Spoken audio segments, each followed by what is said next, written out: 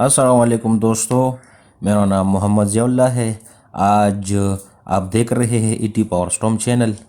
आज का जो टॉपिक है हमारा, जिस पर हम वीडियो आज के आपके सामने बनाएंगे, इसका नाम है स्टेयरकेस वायरिंग है। स्टेयरकेस वायरिंग हम किस तरह बनाएंगे, इसकी वायरिंग कनेक्शन किस तरह होती है और इसके अंदर क्या यूज़ होते हैं और इसकी कनेक्शन किस तरह होती है, आज हम आपके सामने उसका कनेक्शन बनाएंगे। जो इसके अंदर यूज़ होते हैं उसको आपके सामने ड्रा करेंगे और इसकी कनेक्शन आपके सामने ही समझाएंगे। इसमें हमारे साथ 4 2-वे स्विच इस्तेमाल होते हैं।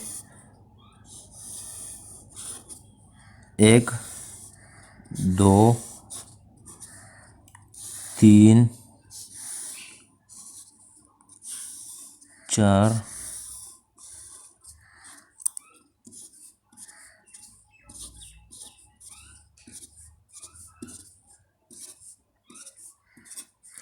और इसके अलावा इसमें हमारे साथ एक अदद बल्ब यूज़ होता है, एक अदद लैंप इसमें यूज़ होता है।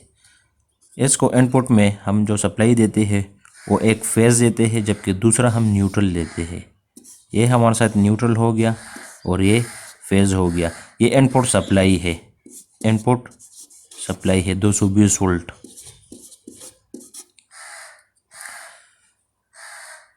इसकी कनेक्शन अब हम करते हैं कि इसकी कनेक्शन हमारे साथ किस तरह होता है। सबसे पहले आप देख ले, हम इस पॉइंट को इस 2-वे स्विच नंबर 2 स्विच की पॉइंट नंबर 1 से हम कनेक्शन लेंगे। इस पॉइंट से इस 2-वे स्विच की इस पॉइंट को दे देंगे, ठीक है।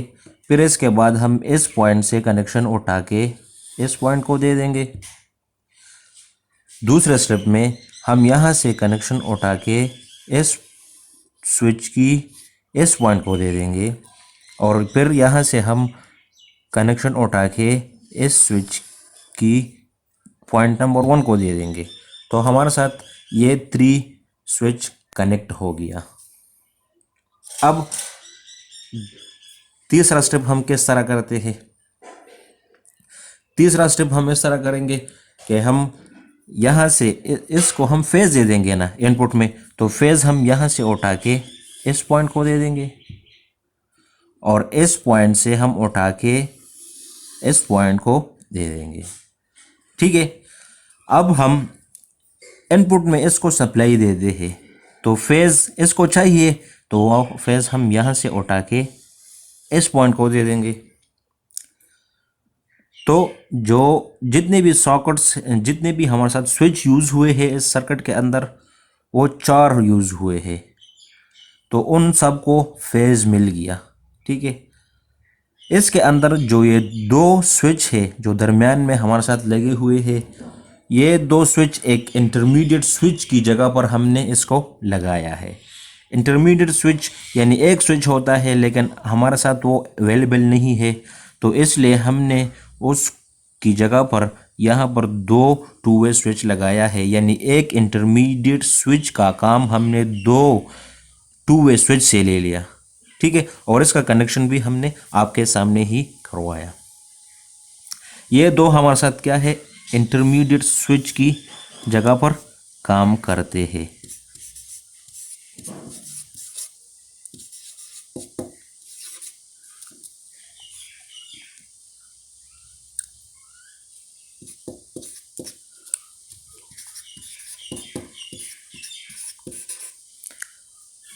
इसकी जगह पर हम एक इंटरमीडिएट स्विच भी लगा सकते हैं, लेकिन हमारे साथ अवेलेबल नहीं है, इसलिए हमने 2-वे स्विच से उसका काम ले लिया।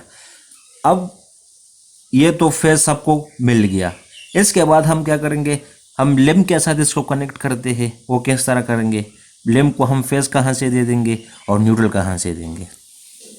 लैंप को हम फेज इस 2-वे स्विच की मिड पॉइंट से उठा के इस पॉइंट को दे देंगे, ठीक है। और इसको एक न्यूट्रल भी चाहिए, ये फेज इसको मिल गया।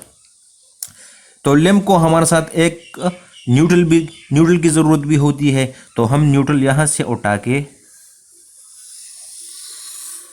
यहाँ पर इस लैंप को दे देंगे। तो हमारे साथ जो इस सर्किट का कनेक्शन है, जो वायरिंग है, वो कंप्लीट हो गया। ठीक है। इस न्यूट्रल के थ्रू इस सर्किट, इस जो वायरिंग है, इस वायरिंग की जो सर्किट होती है वो इस न्यूट्रल के थ्रू और इस फेज के थ्रू कंप्लीट हो जाएगी। अगर फेज हो और न्यूट्रल ना हो तो फिर इस सर्किट की जो सर्किट होता था, यानी जो पोटेंशियल डिफरेंस होता था, जिसको हम सर्किट कहते हैं, कि जिस सर्किट कंप्लीट करने के लिए हमें दो रास्तों का होना ज़रूरी है, एक फेज का जबकि दूसरा न्यूट्रल का होना ज़रूरी है। फेज के थ्रू हमारे साथ करंट का फ्लो होगा और न्यूट्रल के थ्रू उसका वापसी होगा।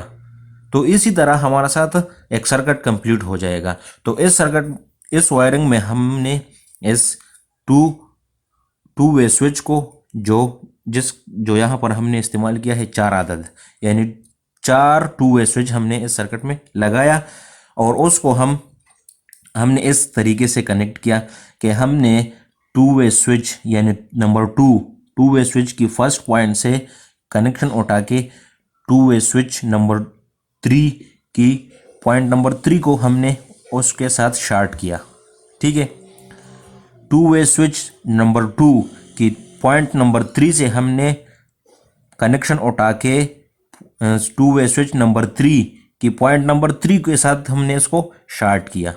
इसी तरह हमने इस पॉइंट से उठा के 4 नंबर जो सॉकेट है, जो यहाँ पर स्विच इस्तेमाल हुआ है, इस पॉइंट से उठा के इस पॉइंट के साथ कनेक्ट किया और यहाँ से उठा के इस पॉइंट के साथ कनेक्ट किया और यहाँ से हमने फेज उठा के लैंप को दे दिया। ठीक है। और यहाँ से हमने इनपुट में जो फेज हमने इस सॉकेट को मुहैया किया तो हमने इस मिड पॉइंट को दे दिया और इस पॉइंट से हमने सप्लाई उठा के इस पॉइंट को दे दिया और यहाँ से हमने फेज उठा के इस सर्किट को दे दिया।